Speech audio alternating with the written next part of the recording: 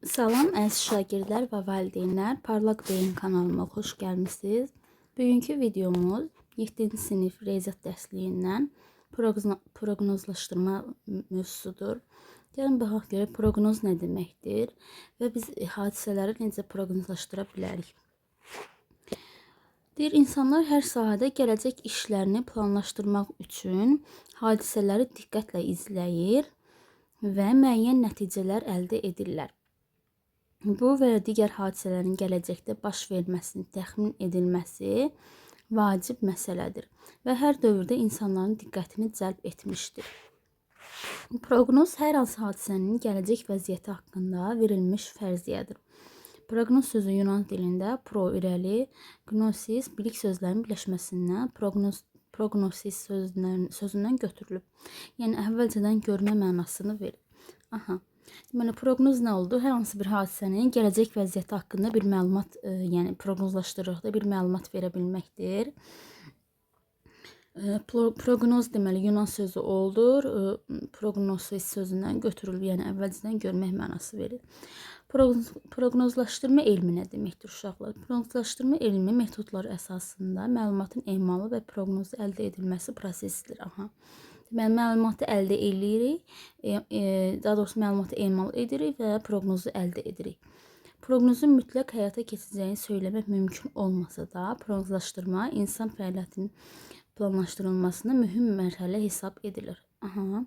Proqnozlaşdırma əsasında müxtəlif müddətləri əhatə edən proqramlar, planlar işlənib hazırlanır. Uşaqlar, araşdırma hissəni siz araşdırarsınız. Mən çalışmalara baxaq. Çalışma 1.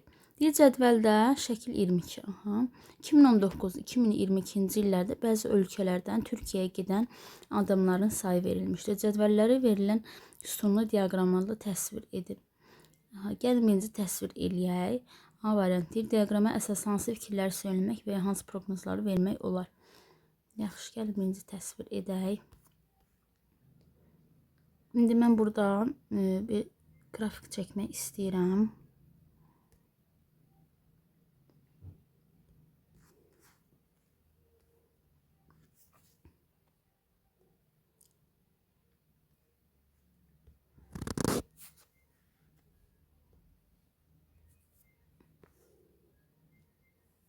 Düzdür uşaqlar. Burada 3 ölkədir. Yaponiya həm 3 ölkədir, həm də ki 3 dənə ildir. 2019, 2020, 2021. 150 min var, 200 min, 460 min, 420 min, 490 min. Bunu necə çəkərim? Mən buradan tarixləri yazacağım. Baxın, bu hissədən tarixləri və ölkələri yazacağım 3 yerə ayırmaqla. Buradan isə sayılar yazacağım. Deməli, buradan mən çəkirəm, 3 yerə ayırıram daha doğrusu. Buradan yazıram Yaponiya, 2019-cu il Yaponiya, Azərbaycan, ABŞ, belə yazın. Düzdür.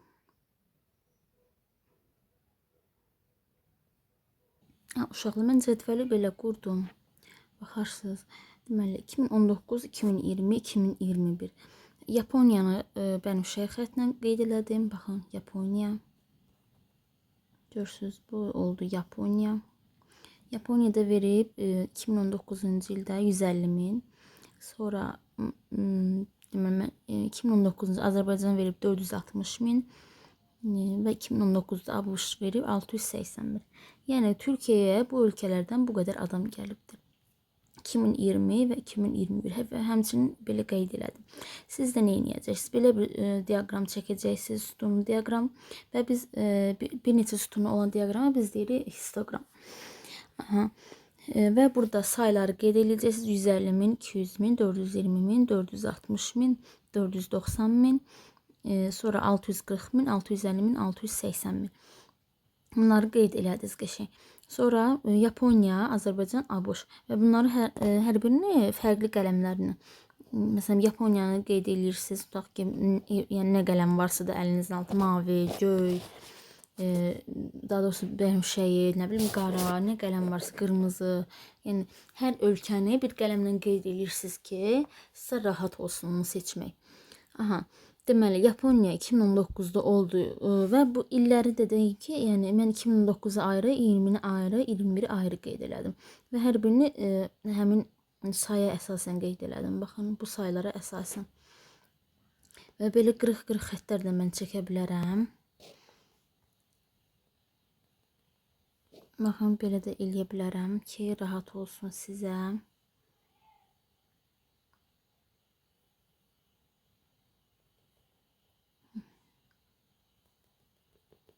Baxın, belə də eləyə bilərəm ki, rahat olsun.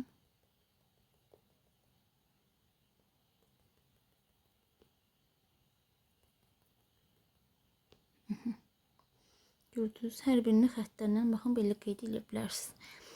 Sonra 2020-də deməli Yaponiyadan 150 min, Azərbaycandan 420 min, ABŞ-dan 650 min insan gəlibdi. 2021-ci ildə yenə Yaponiyadan 200 min, Azərbaycandan 490 min, ABŞ-dan 640 min insan gəlibdir.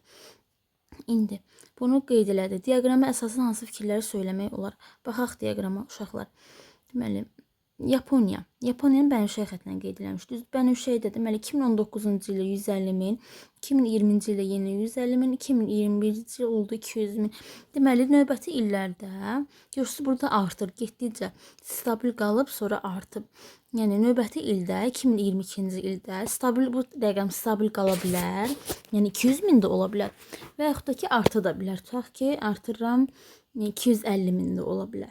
Yəni burada iki hal var. Yəni proqnozlaşdırma etmək istəsə stabil qala bilər. Yəni Yaponiyada 2022-ci ildə stabil qala bilər. Yəni 150 min də, daha doğrusu 200 min də ola bilər və arta da bilər. 250 min də ola bilər. İndi Azərbaycana baxaq. Azərbaycan artıb 460 min, 420 min, 490 min. 460 mindən düşüb 420 minə, sonra qalxıb 490 minə. Deməli, burada həm artma olub, həm azalma olub. Biz buna yəni proqnoz söyləyə bilmirik də, bilmirik. Növbəti il artar, yoxsa azalar. Yəni bunu çünki hər iki haldan baş verib də. Ona görə biz buna proqnoz qoya bilmirik. ABŞ-da 680 min, 650 min, 640 min olub. Düzdür? Baxın, buradan azala gəlir. Hər dəfə biraz azalır insanların sayı. Ona görə də biz növbəti ili proqnozlaşdıra bilərik. 640 mindir, tutaq ki, düzdür, mən deyə bilərəm 620 min ola bilər, çünki azalır. Azərbaycanda amma deyə bilmirik, həm artma olub, həm azalma olub. Yaponiyada da söyləyə bilərik. Yenə dediyim kimi 200 min də ola bilər və yaxud da ki arta da bilər. 250 min də götürə bilərik. Yəni belə uşaqlar. İllərə baxıb biz bunu proqnozlaşdıra bilirik. Bir bəndə deyir 2022-ci il bu ölkələrin Türkiyəyə gedənlərin sayı neçə ola bilər? Gəlin istəyirsiniz bunu yazım.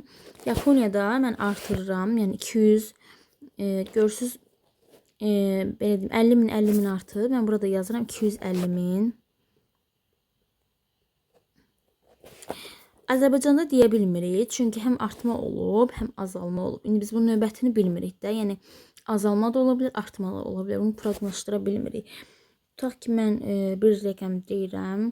Yəni artıb, azalıb, yəni artıb, azalma götürək, yoxsa tutaq ki, azalma götürək, 48 min götürək, 48 min. Yəni uşaqlar artı da bilər, azala da bilər, yaxşı. 48 min yox, 250 mindir, 480 min. Sonra ABŞ-da amma rahat deyə bilər, çünki qiymətlər azalır. 64 min, 640 min və 620 min götürürəm. Belə uşaqlar, yəni Azərbaycanda amma belə deyim, böyük rəqəmdə ola bilər, 490 min də ola bilər, 500 min də ola bilər və yaxud da ki azala bilər, 480 min. Deyir, bu ədəd hansı ölkədə artar, bəs hansı ölkədə azalmış olar? Bu ədəd hansı ölkədə artar? Yaponiyada artar, düzdür, çünki arta gedib. Azərbaycanda bilinmir, yəni bu dəqiq deyil. Çünki həm arta da bilər, həm azala da bilər. Burada həm artma olub, həm də azalma olub. ABŞ-da isə sözsüz ki artacaq. Yəni 680 min azalacaq da doğrusu. Azalacaq. Çünki rəqəmlər getdikcə düşür. Deməli, Yaponiyada artacaq, Azərbaycanda isə həm arta bilər, həm azala bilər. Uşaqlar, bunu biz proqnozunu qoyduq. Azalmış olar. İndi gəlin 2-yə baxaq. Satış cədvəldə 2 avtomobil firmasının 1 il ərzində 3 aylıq intervallarla satış cədvəli verilmişdir. Cədvələ əsasən hər firma üçün diaqram qurun. Diaqrama əsasən hansı fikirləri söyləmək və hansı proqnozları vermək olar? Gəlin quraq. Yenə mən burada diaqram çəkirəm.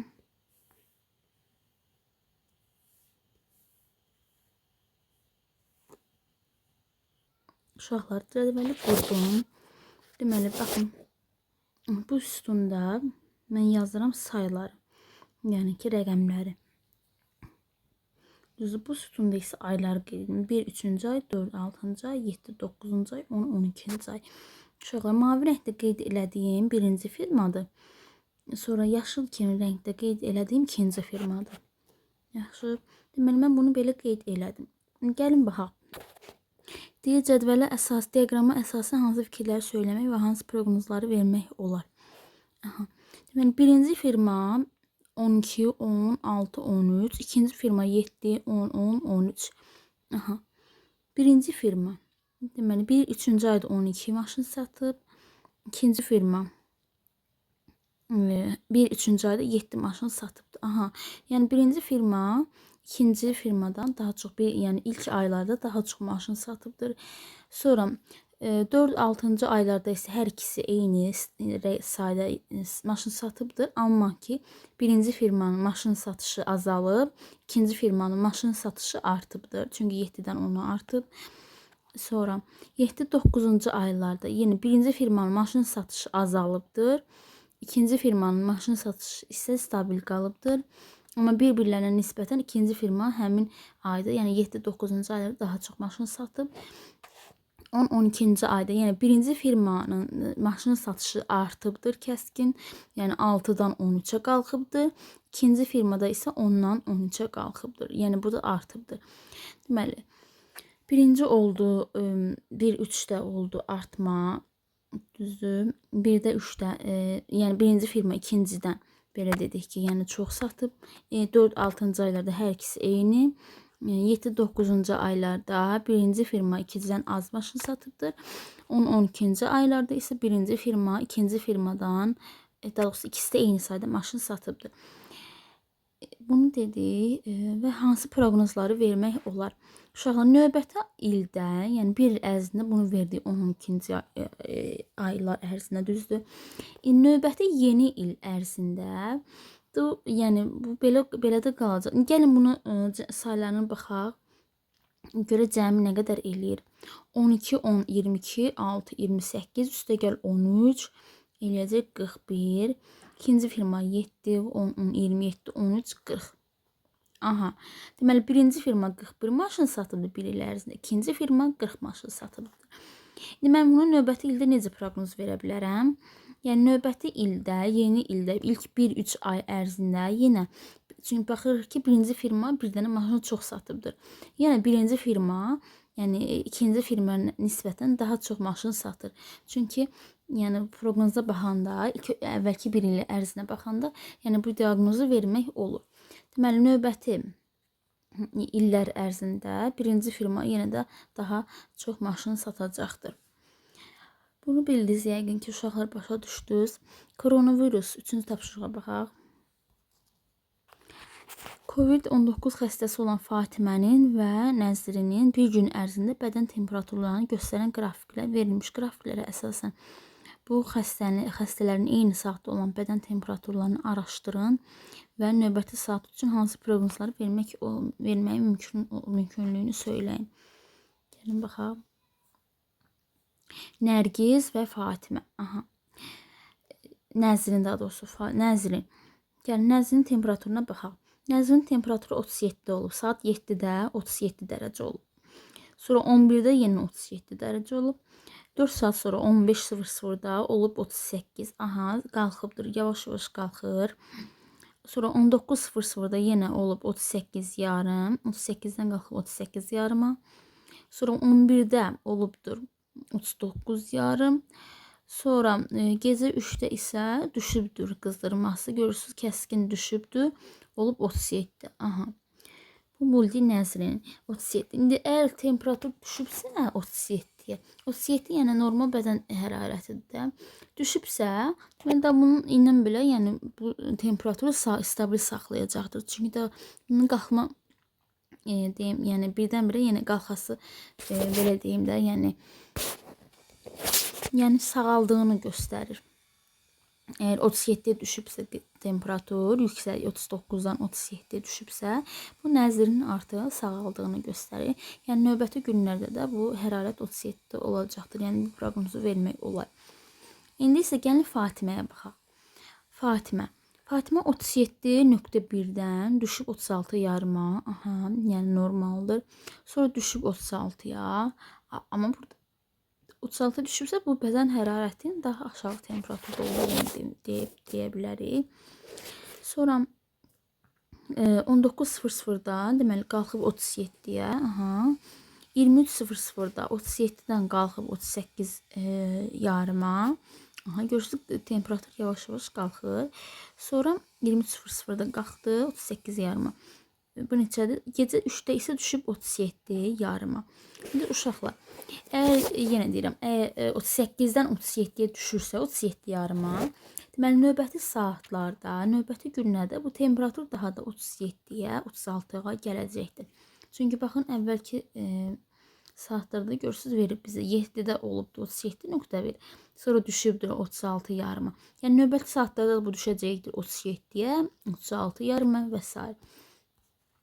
Yəni bunlar da belə deyim, növbəti saat üçün. Növbəti saatda düşəcəkdir. Yəni nəzrində, yenə nəzrində o stabil qala bilər, 37 ola bilər. Fatimədə isə həmçinin ortada 37 ola bilər. 4-ə baxaq. Temperatur. Azərbaycanın 3 şəhərində, Bakıda qırmızı xətt, Şuşada mavi xətt, Naxçıvanda yaşıl xətt, orta aylıq temperatur xətti qrafiklə verilib. Şəkil 24 Farenheitlə verilmiş ölçünü Selsiyə çevirin. Bakıda, Şuşada, Naxçıvanda noyabr ayında temperaturun neçə dərəcə olacağını söyləyə bilərsinizmi? Noyabr ayında. İndi baxaq. Görürsüz, belə deyim də, burada Farenheit verir. Gəlin bunu çevirək birinci. Bizə 40 Farenheitlə verir və Selsiyə çevirək. Deməli, Farenheitin Selsiyə çevrilmə düsturu nədir uşaqlar? Mən bunu belə deyim, Farenheit Selsi lazımdır. Bizə düzdür, Selsi bərabərdir 9'da 5 Farenheit çıx 32. Baxın, bu düsturun yerinə qoyub hesablayacağıq. İndi burada nəyə qoyaq?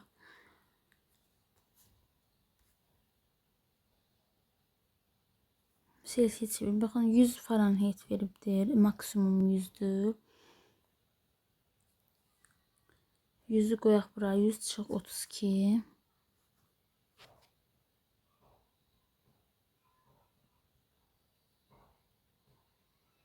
Eləyir 68. Düzdür. 9'da 5 vur 68.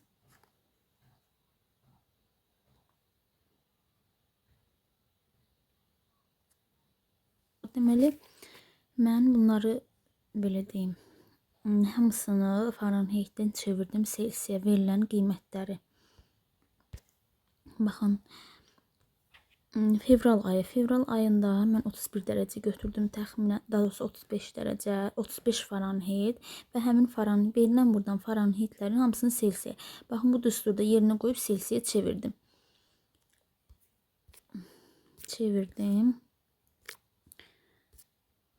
Özür istəyirəm uşaqlar.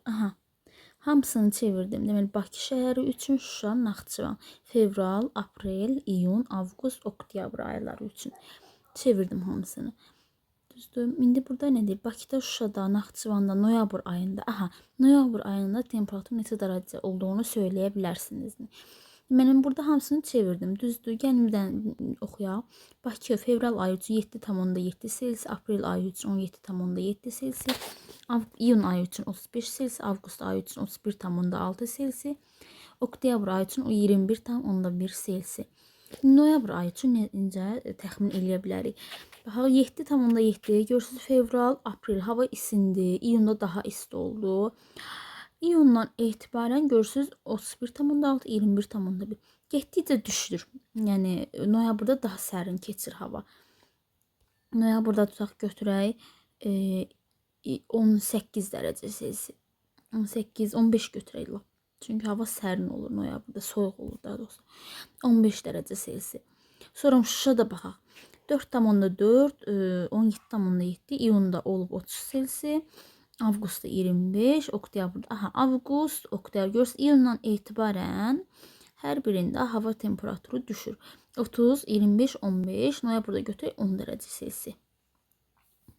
Sonra Naxçıvanda baxaq. 1,6 Selsi, 10,5 Selsi, 13,3 Selsi.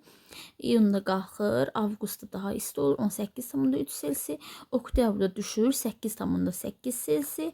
Noyabrda götürürəm 5 Selsi. Götürdüm 5 Selsi. Çünki getdikcə hava daha da düşür. Sonra bu oldu bizim B variantı. Deyir noyabrda, Şuşada, Bakıdakı temperatur nə qədər soyuq olar. Şuşa ilə Bakı noyabrda. Şuşada 10'dur, 10 götürülür. Noyabrda 15 götürülür. Təxminən 5 dərəcə fərq olur, soyuq ola bilər.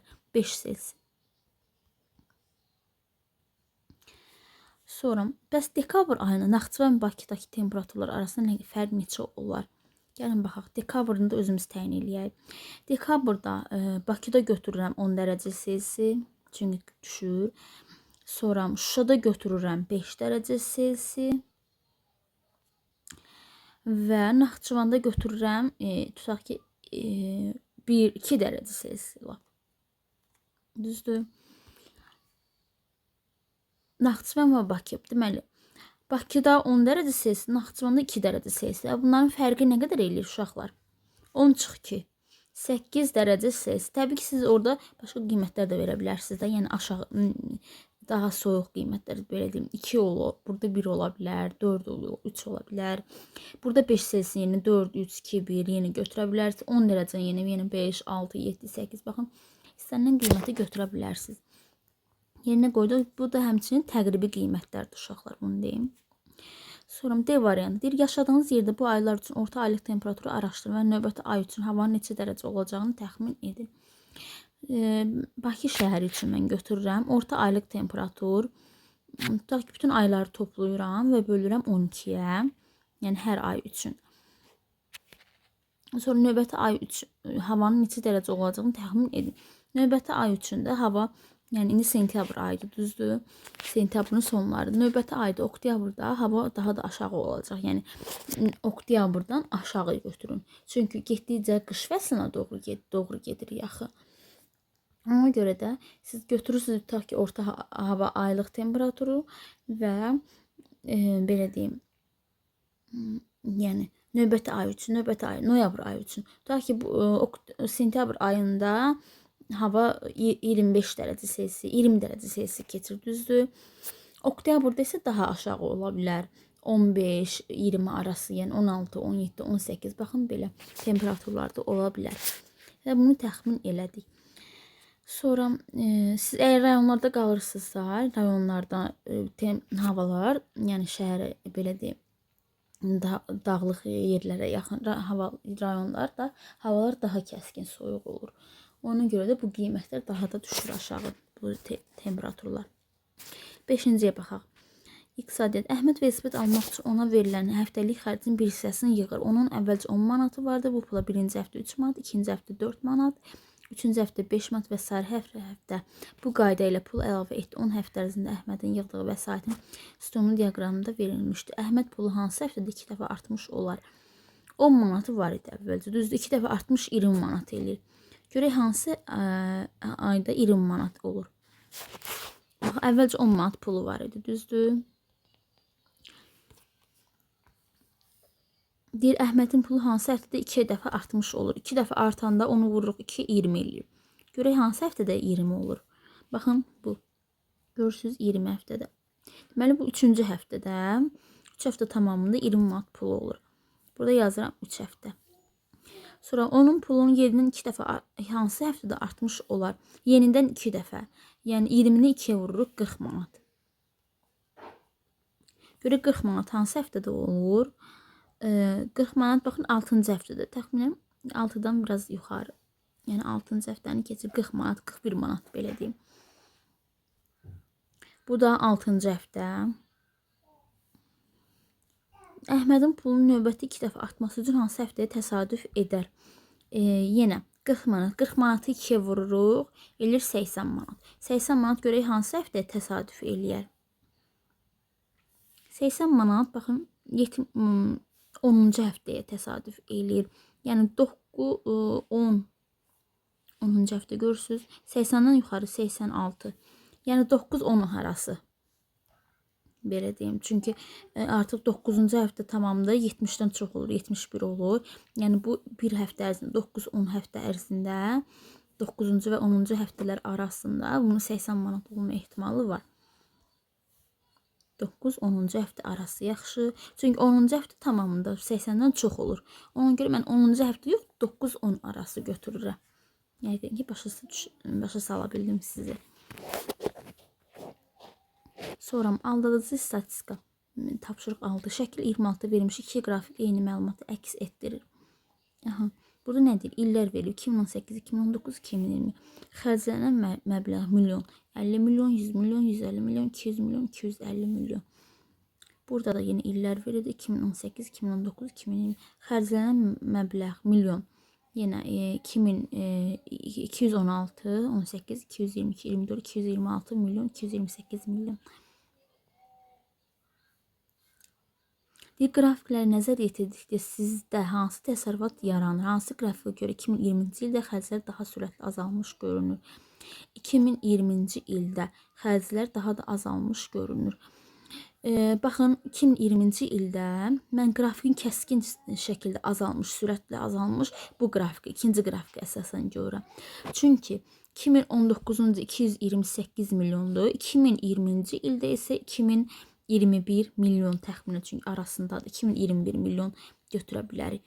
Yəni 2028 milyondan düşüb 228 milyondan düşüb 221 milyona.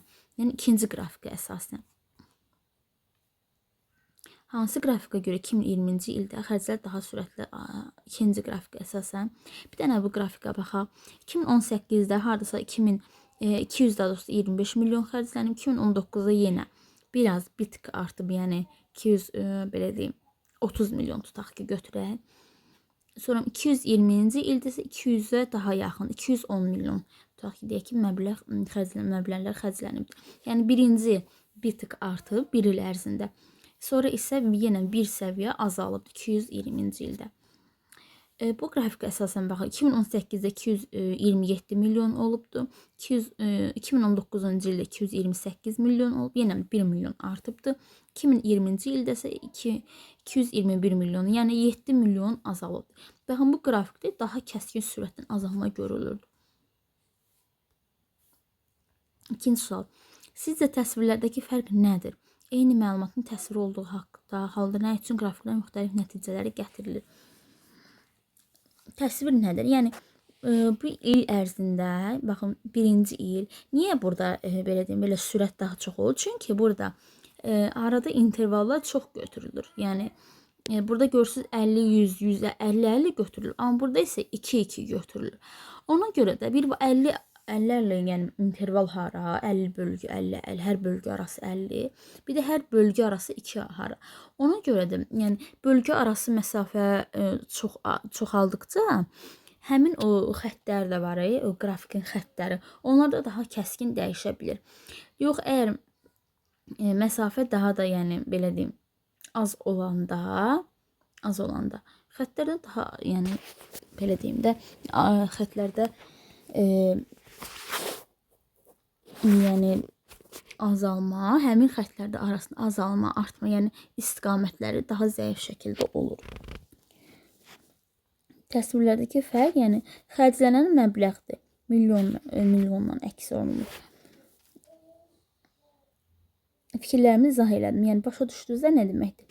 Bölgü arasında, yəni bölgülərə görə götürürük biz. İllər eynidir. Sadəcə bölgülər fərqlidir. Yəni burada 50-50 milyon artıb, burada isə 2 milyon. Və burada 0 milyondan başlayıb, burada isə 216 milyondan başlayıb. Baxın, fərq budur. Yaxşı uşaqlar. C variantı. Hər iki qrafika görə 2021-ci ildə xərclərin nə qədər olacağını proqnoz verir. Deməli, 2001-ci qrafika görə 2020-ci ildə 200 tutaq ki 10 milyondur.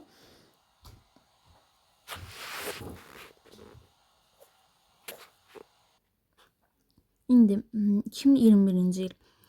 Burada getdikcə düşür, yəni aşağı 225-dən bir tık qalxıb tutaq 230 olub, sonra düşüb 215-ə. İndi 2021-ci ildə bu məbləğ ola bilər 200 milyon. Sonra digər qrafikdə baxaq. Burada ola bilər 200 milyon götürürəm. Baxın 200 milyon. Baxın bura gəlib düşə bilər. Tutaq baxın bura. Sonra bu qrafikdə də yenə artıb biraz sonra kəskin sürətlə düşüb aşağı. 227 milyondan olub 228 milyondan sonra düşüb 228-dən 221 milyona, yəni 7 milyon düşüb. Yenə növbəti ildə də yenə düşə bilər, yəni 2021-ci ildə. Ola bilər 200 dedik ki 200 milyona düşə bilər. Yəni yenə həmin sürətlə düşə bilər 200 milyona. 200 milyona. Sonra, yəni bu başqa rəqəmdə ola bilər də. 200 belə deyim 2-dən, yəni daha aşağı məbləğlərdə, o 222-dən daha aşağı məbləğlərdə ola bilər. Yəni 7-ci suala baxaq. Nurayin fizika fənni üzrə test balları ardıcıllığı 88, 86, 92, 90, 96, 98, 95 və 100-dür. Məlumatı iki xətti qrafiklə təsvir edin. Birinci qrafikdə üfüqi ox üzərində miqyas 0-dan 100-ə qədər, ikinci qrafikdə isə üfüqi ox üzərində miqyas 80-dən 100-ə qədər göstərilsin. Yenə baxın bu şəkildə. Görürsünüz, birincidə bölgüləri verib, deyir 0-dan 100-ə qədər olsun, yəni bu miqyas. İkincidə isə 80-dən 100-ə qədər. Yenə birincidə fərq daha az hiss olunacaq, ikinci isə fərq daha çox hiss olunacaq. Göstərilsin. Aha, gəlin göstərək. İndi mən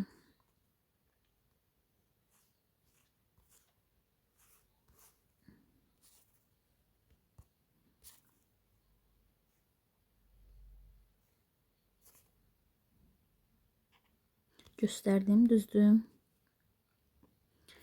Ballara baxaq. 86, deməli 0-la birinci miqyas 0-dan 100-ə qədər. 100-ə qədər, 0-dan 100-ə qədər mən onu belə bölürəm. 0 yazıram, 100 yazıram. Ben 10'unu bölürəm. Görüm 10'un olur.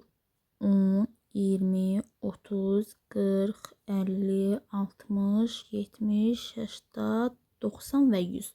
Gördünüz, 10'unu böldüm. 10, 20, 30, 40, 50, 60, 70, 80, 90 və 100. İndi sonra ballara baxaq. Ən kiçiyimiz 88, 86'dır. 86.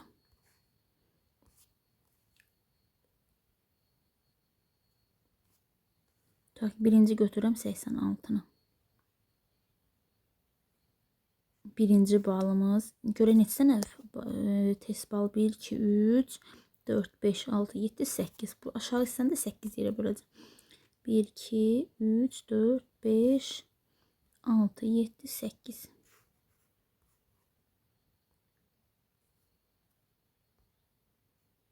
Deməli, birinci 86'dır. Baxın. 86, yəni yarıdan biraz çoxdur. Bura götürürəm. Bura oldu 86. Baxın, bu xət gördünüz.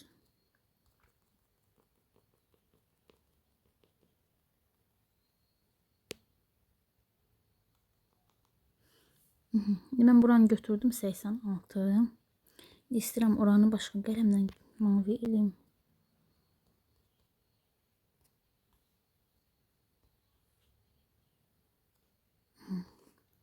Sonra birinci 88-dir, yaxşı.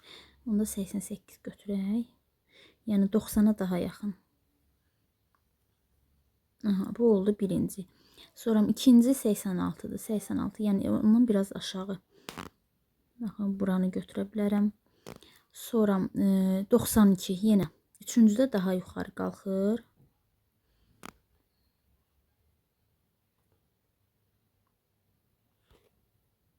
Daha yuxarı qalxır.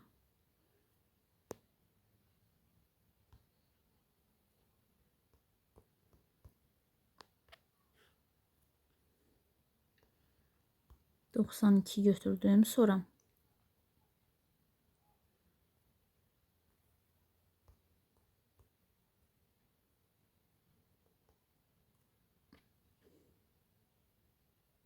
92 bu üçüncüdə. Uşaqlar 1, 2, 3. Baxın, bu xət üzərində 92. Aha, sonra 90, 96. İndi yenə digər xəttdə düşür 90-a, yəni bura. Sonra olur digər hissədə 96, yenə bura. İndi bunu mən belə çəkirəm.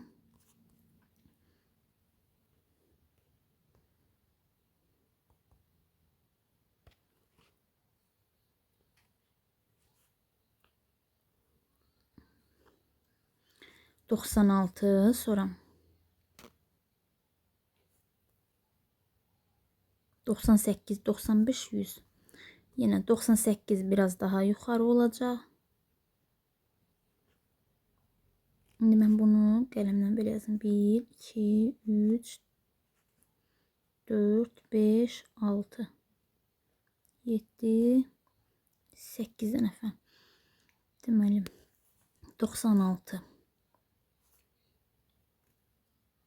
1, 2 bal, 3, 4, 5, 6-cı. 6-cı mən götürəcəm 96. Yəni baxın buradan bir tık yuxarıda belə deyim. Daha doğrusu aşağı 98-dən düşdü 96-ya. Yox, 96 sonra 98. Aha.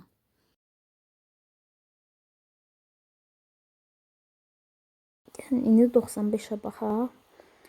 95. Deməli mən birinci qeyd elədim. Mən istəyirəm bu yazıları 88, 86, sonra 92. Deməli üçüncüdə olacaq 90-dan biraz yuxarı, yəni 92. Şimdi gəlin bu xəttləri çəkək. 92. Sonra 90, 96. İndi gəlin 90-a düşək. Baxın biraz bir tık aşağıda 90-dan üzbəüz. Yəni digər xəttdə belə deyim də, xəttin üzərində 90. Aha. Sonra 96, 98, 96'nın baxaq. 96 100-dən 90'ın ortasıdır. Yəni belə deyim, baxın bu 100-dən 90'ı düzdür, onun orta hissəsi təxminən bura. 96 götürdük, sonra 98. 98 də 100'ə yaxındır, belə deyim. 98 biraz 100'ə yaxındır, yəni bura olacaq. 98 sonra 95 və 100. Aha, indi 98-dən 95-ə düşəcək. Yəni 100-lə 90 arasının tən ortası belə deyim. Yəni bura olacaq təxminən. Bunu da çəkdik və son olaraq 100. 100 də maksimum ən yuxarı. Bura. İndi bu oldu bizim birinci qrafikimiz. Onu göstərdik 0-dan 100 miqyasında. İndi 80-dən 100 miqyasında göstərəcəyik. Bunu elə burada saxlayaq. Sonra digər bir miqyas çəkim.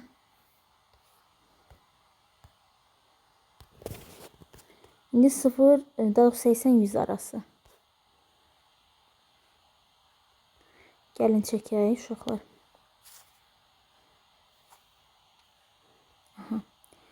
80-100 arası, yəni 80-dən 100-ə qədər rəqəmləri yerləşdirməliyik. 80 elə ki 20 dənə rəqəm yerləşsin də. 80, 81, 82, 83, 84, 85, 86, 87, 88, 89, 90. 90, 91, 92, 93, 94, 95, 96, 97, 98, 99, 100. Aha, bu 100 oldu.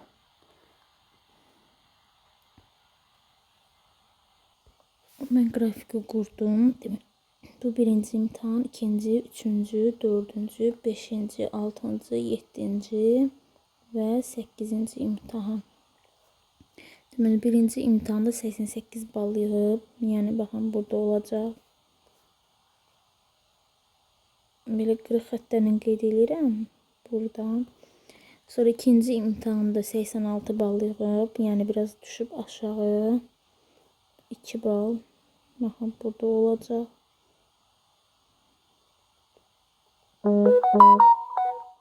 Sonra üçüncü imtahanda yığıb 92 bal.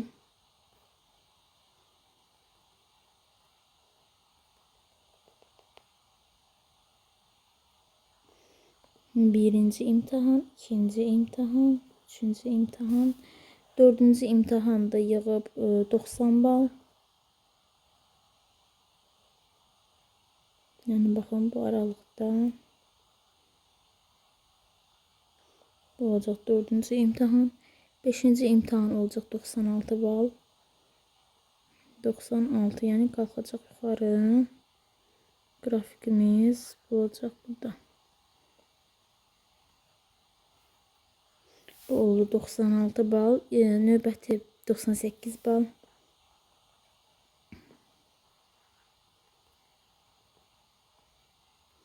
Yine qrafikimiz artacaq. 98 bal, 95 bal.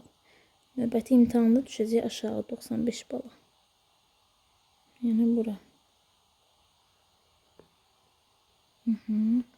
Qrafikimiz 98-dən düşdü 95'ə. Biraz da düzgün qeyd eləmədim. 95'ə düşdü. Sonra 100. Aha, indi növbəti sonuncu imtahanda 100 bal yığıb, yəni maksimum nəticə. Baxın bura. Aha. İndi uşaqlar, bu birinci qrafikimizdir. İndi isə ikinci qrafikimizdir. Birinci qrafikdə intervallar arası məsafəni belə deyim daha böyük götürmüşdü. Ona görə də xətlər, yəni qrafikdə həmin xətlər belə deyim daha zəif dəyişir, az dəyişirdi. Amma ikinci qrafikdə isə miqyası 80-dən 100 arası götürmüşdü. Yəni intervallar arası bölgü daha kiçik olduğuna görə bir var 1-1, bir var 20-20. 1-1 olduğuna görə qrafiklərin xətləri daha çox belə deyim enişli yoxuşludur da, yəni daha çox artır və daha çox artma kimi, azalma kimi görsənir. Deməli, birinci qrafikə görə hansı nəticəni aldınız? Yenə birinci qrafikə görə artma, azalma oldu. Yəni burada ən çox artma müşahidə olundu. İkinci qrafikə görə də yenə həmçinin artma müşahidə olundu. Yəni növbəti imtahanlarda da yüksək nəticə ala bilər. 8-ci sual. İnternet və ya qəzetdən gördüyünüz hər hansı məlumatı elə üsulla təqdim edin ki, nəticələr haqqında müxtəlif təsəvvüratlar yaransın. Hansı təqdimatı, məlumatı daha dəqiq təsvir etdin, izah edin. İndi uşaqlar, bu araşdırmada, yəni özünüz araşdıracaqsınız. Hər hansı bir məlumat götürürsünüz. Məsələn, mən sizə bir-iki nümunə verim. Tutaq ki, sosial şəbəkə istifadəçilərinin sayı haqqında götürə bilərsiniz. Və yaxud da ki, tutaq ki, aylıq hesabatlar nə haqqındasa da. Yəni, bu haqda götürə bilərsiniz.